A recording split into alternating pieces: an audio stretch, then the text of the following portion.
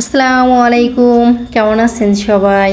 মা মেয়ে দুজনে যাইতেছি রেস্টুরেন্টে খাওয়ার জন্য। নতুন একটা রেস্টুরেন্ট উদ্বোধন হয়েছে, সেই জায়গায় যাইতেছি খাওয়ার জন্য।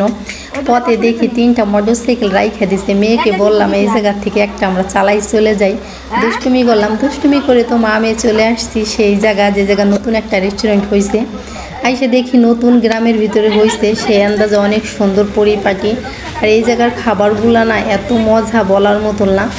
আমাদের আশপাশে যদি কেউ থাইকা থাকেন অবশ্যই এই জায়গা যে একদিন হলেও খাবেন। খাবার না খেলে বুঝতে পারবেন না, অনেক মজা খাবারগুলো। প্রথমে তো ফুচকা খেলাম, তারপরে খেলাম হচ্ছে ঝালমুড়ি।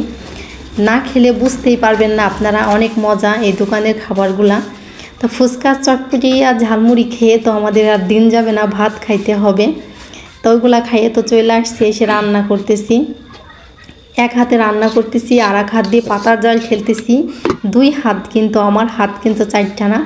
এক পাশ দিয়ে কিন্তু রান্নাও করতেছি, আর এক পাশ দিয়ে পাতা দিয়ে চুলায় জালও দিতেছি, আবার বাটতেছি।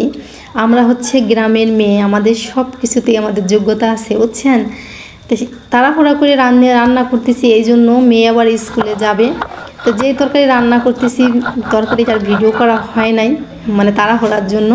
সেই তরকারি দিয়ে মেয়ে আর খায় নাই, কি আর করবো। পরে দেশি মুরগির ডিম ছিল ঘরে, ডিম তো মনে করেন দেশি মুরগির ডিম অনেক ছোট, 2টা একসঙ্গে ভাইজে দিলাম, মেয়ে খাইতেছি।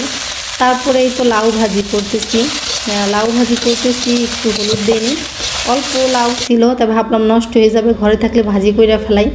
অনেকেই হচ্ছে জিজ্ঞাসা করেন আমাকে, আপু আপনার কয়টা বাচ্চা কাচ্চা? আমার হচ্ছে একটা মেয়ে। আমি সবসময় বলি আপনারা বলেন যে একটু দেখান, বয়স কত। তো এইভাবেই আমার মেয়েটাকে আমি দেখাই দিলাম। আমার মেয়ে হচ্ছে স্কুলে যাইতেছে, দেখাইলাম। আপনারা এইটাই বুঝে নেন আমার মেয়ের বয়স কত, কোন ক্লাসে পড়ে, এটুকুই আপনারা বুঝে নেন কেমন।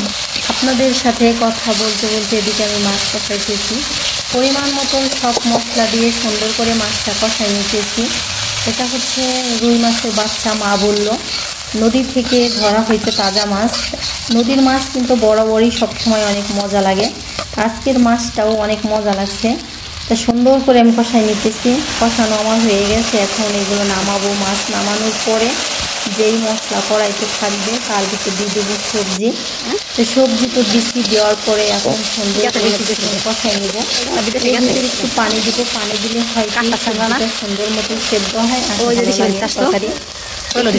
পানি দিলাম, পানি দিয়ে এখন ঢাকন দিয়ে ঢাইকে দিব। ঢাইকে দেওয়ার পরে কিছুক্ষণ কষাই নিব, তাহলে সুন্দর মতো মজে যাবে। ঢাকনা দিয়ে তো ঢেকে দিলাম, সুন্দর মতো সেদ্ধ হয়ে গেছে। তারপরে তো ঝোলের পানি দিয়ে দিলাম। এখন হঠাৎ জানি কেমন, কিন্তু তরকারি কালারটা আমার বাস্তবে এরকম না, ক্যামেরা এরকম আসতেছে কি জন্য বুঝতে পারলাম না। মাঝে মাঝে ক্যামেরাটা এরকম আমার সাথেও দুষ্টুমি করে। আমাদের রান্না করা তো হয়ে গেছে, তারপরে টুকিটাকি কাজ সারলাম, গোসল করলাম, নামাজ পড়লাম।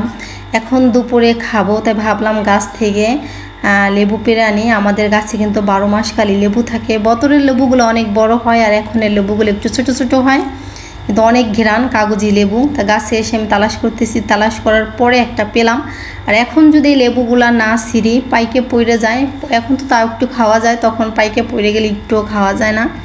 সকাল থেকে আমাদের বাসায় নেট নাই, কি আর করব। আমি তো বুঝতেই পারিনি, আমি রাউটারের ওই কর্ডগুলো বারবার খুলতেছি, লাগাইতেছি। পরে আমার বোন বলল যে এই জায়গা কোনো সমস্যা নাই, আমাদের বাড়ির ওই পিছনে একটা গাছ ভেঙে পড়ে গেছে, সেই জায়গার সমস্যা। তা আমি খাওয়া দাওয়া করে সেই জায়গায় দেখতে যাইতেছি, এটা হচ্ছে আমাদের বাড়ি। তা বাড়ির পিছনে এই ঘটনা ঘটছে, আমি সেই জায়গায় দেখতে যাইতেছি যে দেখি লোক আসছে নাকি ঠিক করার জন্য। এই জায়গা দিয়ে কিন্তু অনেক দিন যাওয়া বন্ধ ছিল। ওই দেখেন ঝুল বারান্দা, উপরে ঝুল বারান্দার থেকে ভেঙে গেছিলো। পরে শেষে একটা রড ঝুলেছিল, সবাই মিলে সেটা ভেঙে ফেলাইছে। এখন আর ভয় নাই এই জায়গা যাতায়াত করা। তা যাইতেছি সেই জায়গা দেখি আসছে নাকি ঠিক করার জন্য। দূর থেকে আমি দেখে বুঝতে পারছি আসে নাই। তো এই জায়গা কোন গাছটা ভেঙে পড়ছে সেটাই আপনাদের দেখাই। এই দেখেন কত বড় একটা সজনা গাছ, সেই গাছ এই জায়গা ভেঙে পড়ছে, কিন্তু তার একটু ছিঁড়ে নাই, কিন্তু নেট অফ হয়ে আসছে। মনে হয় ভিতর দিয়ে কোনো সমস্যা হয়েছে, বেশি ঝুল লেগে। তারটা কিন্তু ঝুলে মাটির সাথে পড়ে আছে, কিন্তু কোনো জায়গা ছিঁড়ে নাই, কিন্তু নেট নাই। এটাই হচ্ছে সমস্যা।